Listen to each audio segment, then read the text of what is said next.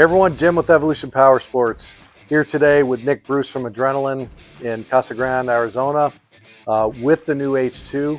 We're coming off of a tour of the Kawasaki headquarters yesterday in California where I got to see this car completely stripped down, no body panels on it. It was really cool to see because we can really see all the different features of the car, the engine, supercharger, intercooler system, exhaust system, the whole drivetrain, really gave a good view of how they built the car and how it's put together, which is very impressive. The other thing that we got to see too is they had all of the parts from the engine, transmission, driveline all laid out so that we could look at the individual components, pick them up, look at them, feel them, see the quality of what they've done with this vehicle. So coming off of that, now we get to drive this car.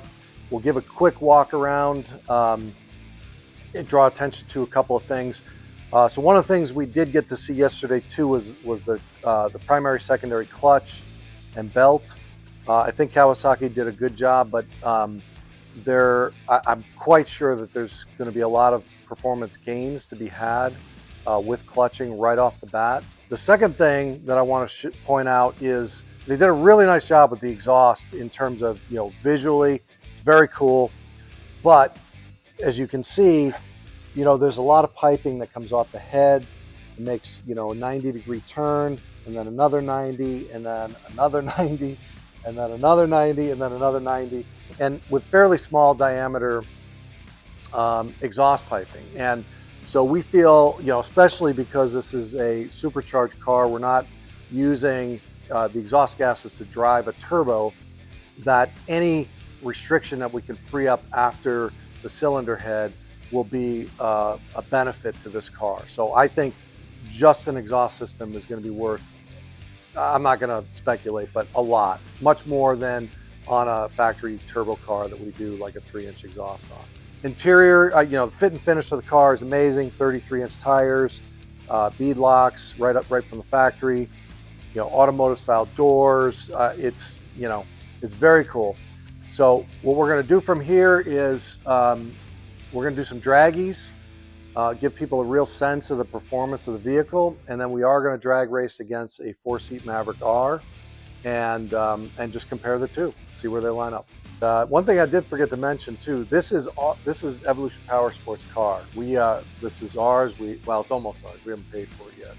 But we're going to pay for it tomorrow, and then this will be transported up to Wisconsin, and we'll have it on our dyno probably next Tuesday or Wednesday. So, but for now, draggies.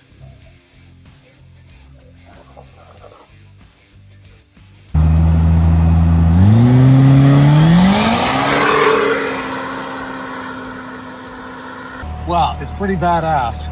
The 0 to 60 time is a little bit off, I think. I think we can do a bit better. And you can definitely tell that it's a little bit slow to come up on RPM, but that'll be addressed in clutching, no problem. So we're gonna do a couple back-to-back runs. It's really the only way to get a good picture of what the actual performance is. So we'll do 2 free runs, and then we'll take an average from there.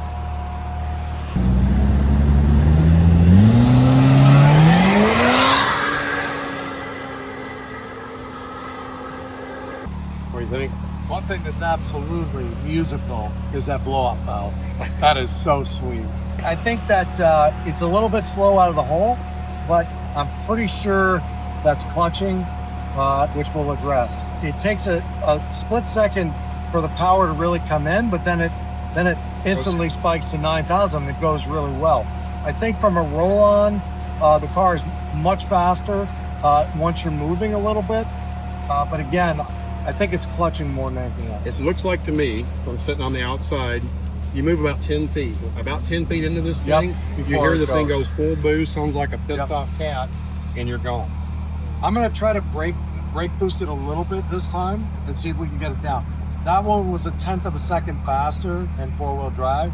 So we'll do one with standing on the brake a little bit before we launch. Good deal. Let's see what we got.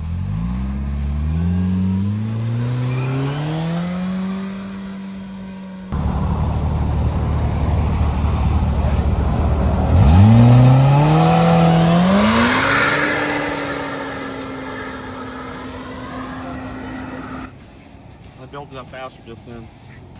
There's just a little bit of brake boosting, and we got we shaved 0.4 off of 0 to 60.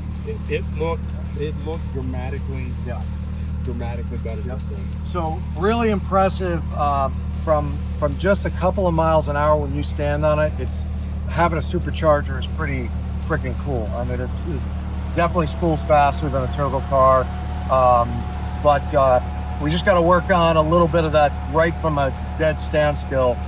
And but so far, couldn't be more impressed with the car. It's, you know, it feels so refined when we drive it. I mean, it honestly, it feels very refined. And we can't forget that we got a parking brake, right? We're doing shitties. What is it, 105 out here right now? Yeah. So how much better will this thing be in cooler weather? Oh, way better. Yeah, superchargers always perform better at lower density altitudes. It's just a fact. That is the one drawback of superchargers, is that, you know, as it gets hot out, they tend to perform a little bit less because you're limited to whatever RPM that's being driven off the crankshaft. And it's 100 degrees right now. So what's amazing is you guys can't see this, but 183 degrees sitting here idling, and you just ran the crap out of this thing like 3 times in a row. Right. So that's impressive. It's staying in that low area, so under 200. Yeah, and that was one of the cool things that they showed me about on the radiator. It's a dual radiator system, so they could keep the front of the car, you know, nice and narrow, so it had that aggressive look. But they're just 2 radiators stacked with a huge fan on it. So, and that's part of the reason why they went with that huge stator on the engine, so to drive that cooling fan. All right, next up, Maverick R MAX against H2. I'm representing the Can-Am side.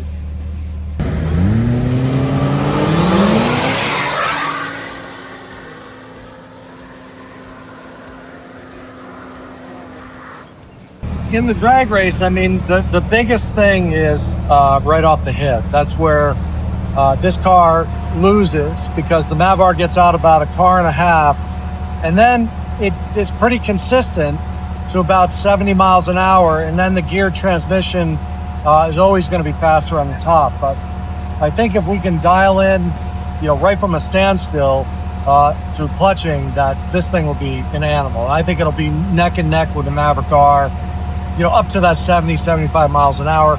Beyond that, you know, you have gears, there's less driveline resistance or frictional losses. So, but couldn't be happier. I mean, I think it's a great car. Customers are going to love it. This thing will be an animal out of the hole. I don't think, you know, once we get our hands on this for a very short period of time, I think it's going to go the other way. I'm excited to see what you do with this thing. But if you want, we could do a roll-on race. Let's do it. Let's try a roll-on, see how it looks. Let's try that. See if it's closer.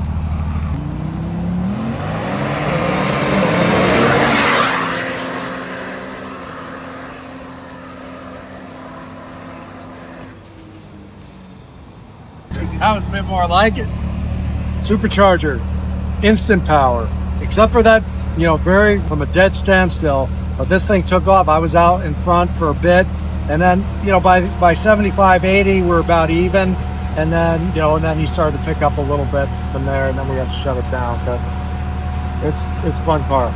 For the average guy, who cares? He's not going to care. For the guy that wants to go fast, we know what you're getting ready to do with this car. Let's see you. Yeah, bud.